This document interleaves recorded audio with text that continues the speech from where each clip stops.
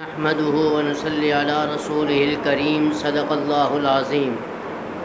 میرے عزیز دوستوں، بزرگوں اور نوجوان ساتھیوں، سب سے پہلے یہ بات یاد رکھ لیں کہ اللہ رب العزت نے جتنے بھی انبیاء کرام، پیغمبر یا رسول اس دنیا میں بھیجے، ان کے لیے جو خصوصیات تھیں، ان خصوصیات میں سے بعض خصوصیتیں ایسی بھی تھیں جو فقط نبیوں کے لیے خاص تھیں، دیگر امت کے لیے نہیں تھیں۔ مثال کے طور پر معجزات کا تعلق نبیوں کے ساتھ ہے، عام انسانوں کے ساتھ نہیں۔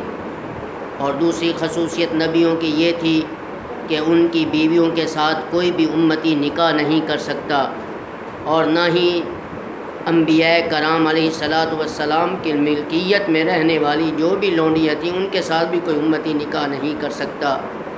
اور تیسری خصوصیت نبیوں کی یہ تھی کہ جب تک نبی روح قبض کرنے والے فرشتے کو نہ کہہ دے تو اس وقت تک ملک الموت بھی ان کی روح قبض کرنے کی جرات نہیں کر سکتا۔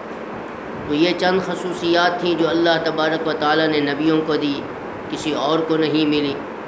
تو ان خصوصیات میں سے ایک خصوصیت حضرت ابراہیم علیہ الصلاۃ والسلام کی بھی ہے کہ ایک مرتبہ ملک الموت حضرت عزرائیل علیہ الصلاۃ والسلام حضرت ابراہیم علیہ الصلاۃ والسلام کی روح قبض کرنے کے لیے آئے، تو حضرت ابراہیم علیہ الصلاۃ والسلام نے ان کو روک دیا، فرمایا ٹھہر جاؤ۔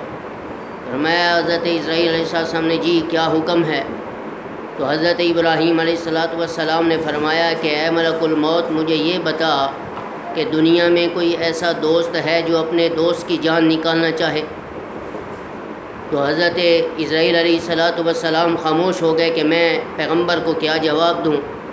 فوراً غیب سے آواز آئی، فرمایا کہ اے عزرائیل، میرے لاڈلے خلیل اور پیغمبر ابراہیم کو کہہ دو کہ ذرا مجھے یہ تو بتا دو کہ دنیا میں کوئی ایسا حبیب بھی ہے جو اپنے حبیب کے پاس آنے سے شرماتا ہو؟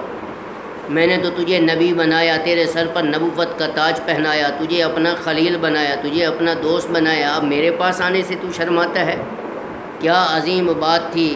اگر ایسی محبت اللہ تعالی ہمیں اپنی نصیب فرما دے تو خدا کی قسم دنیا کے اندر کوئی مصیبت، کوئی پریشانی ہمارے قریب نہیں آ سکتی۔ اور ایسی ابراہیم علیہ الصلاۃ والسلام جیسی محبت سچی اللہ ہمیں عطا فرما دے، دنیا میں بھی ہم کامیاب ہوں گے اور آخرت میں بھی ہم کامیاب ہوں گے۔ السلام علیکم ورحمۃ اللہ وبرکاتہ۔